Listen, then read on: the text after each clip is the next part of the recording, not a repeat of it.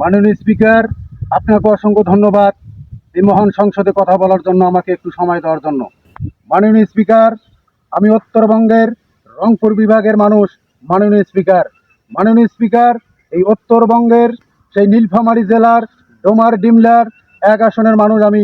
মাননীয় স্পিকার, মাননীয় স্পিকার, আমি আপনাকে বলতে চাই, আমার ডোমার ডিমলার মানুষের ভাগ্য দুর্গতি নিয়ে আলোচনা করতেছে। মাননীয় স্পিকার, মাননীয় স্পিকার, আমরা শুনেছি এতদিনে 71 থেকে 26 পর্যন্ত আমরা শুনে এসেছি উত্তরবঙ্গের সেই ভাগ্যের চাকা আকাশে ঘুরতেছে। মাননীয় স্পিকার, কিন্তু এ পর্যন্ত কোনো বাস্তবায়ন হয়নি। মাননীয় স্পিকার, মাননীয় স্পিকার, আমরা যত কষ্ট করে দেশের বিভিন্ন প্রান্তে গিয়ে এই কর্ম করা, এই কর্মবিহীন কাজ যদি না থাকতো মাননীয় স্পিকার, আমাদের পক্ষে সম্ভব না। মাননীয় স্পিকার, মাননীয় স্পিকার, আপনাকে আমি বলতে চাই মাননীয় স্পিকার, আমাদের গ্রামে, আমাদের অঞ্চলে দেখেন কি অবস্থা।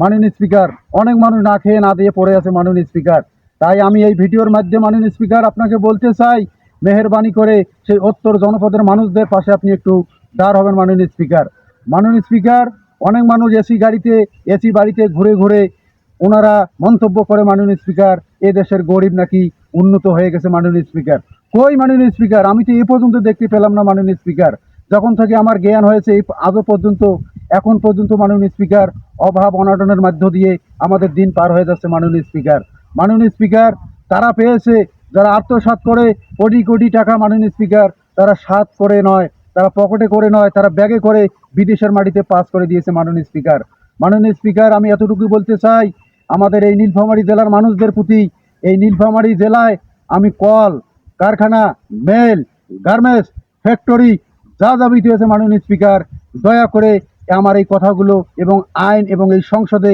কথাগুলো যেন একটু বাস্তবায়ন করা হয়। মাননীয় স্পিকার, অসংখ্য ধন্যবাদ। মাননীয় স্পিকার, আপনার মহামূল্যবান সময় যদি আমাকে দিয়েছেন, আরও যদি 2 মিনিট সময় পেতাম, আরও কিছু বলার ছিল। মাননীয় স্পিকার, ধন্যবাদ।